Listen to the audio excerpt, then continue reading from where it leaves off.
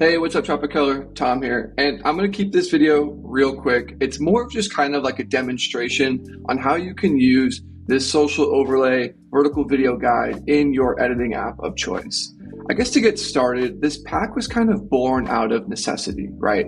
A lot of us, as much as we try to edit in app, in Reels or TikTok, let's be honest, we are editors and we come from, using Premiere or Resolve or CapCut.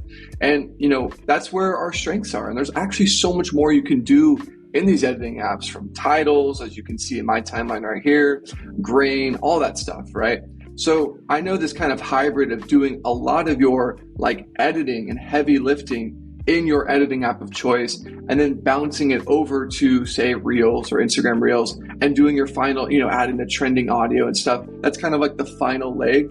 What the tricky part is, and it was always a dice roll, it was always a guessing game, is when you export your video, your vertical video out of your editing app, like all the, social media apps, they will not only punch in on your edit, but a lot of this key information on the top and the bottom, it kind of gets cut off by the in-app icons. It gets cut off by the comments, the caption, the search bar at the top. So we thought, oh, there must be some sort of guide overlay to kind of help us frame all that stuff. And the answer is no. So that is why we made this, vertical video social media overlay guide. And I want to take a quick moment and walk you through how to use it. So I am in a, pull this up. I am in a 2160 by 3840 vertical 9:16 timeline. Obviously, these are vertical overlay, so you will want to be in a vertical timeline. Otherwise, these are kind of pointless.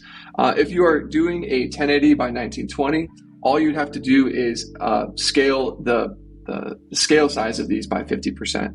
So to get started, I know I want to put this on Instagram Reels. So I'm going to drag this, and I would basically do this step. I guess it doesn't have to be last, but definitely before you go to export. So now knowing I want to go to Instagram Reels, I'm going to grab this overlay guide, drag this above, and boom, this is what you're seeing.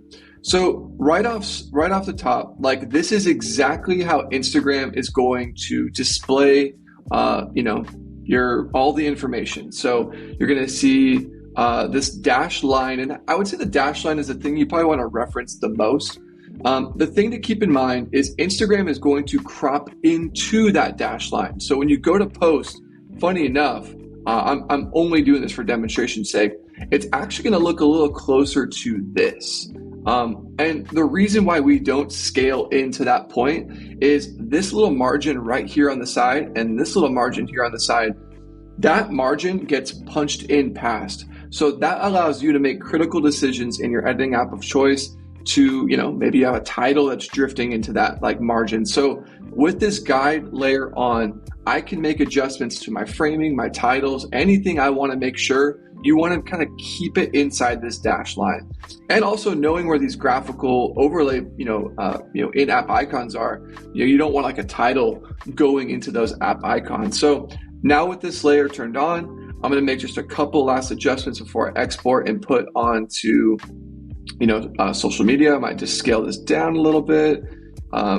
So you don't really want anything in this no man's land up here, because chances are these little icons that Instagram's going to throw on there are going to kind of crop and cut it off. Not to mention a lot of phones have the dynamic island like the iPhone does. So boom, I've scaled that one down. And then knowing that there's so much busy metadata down here, I'm actually going to pull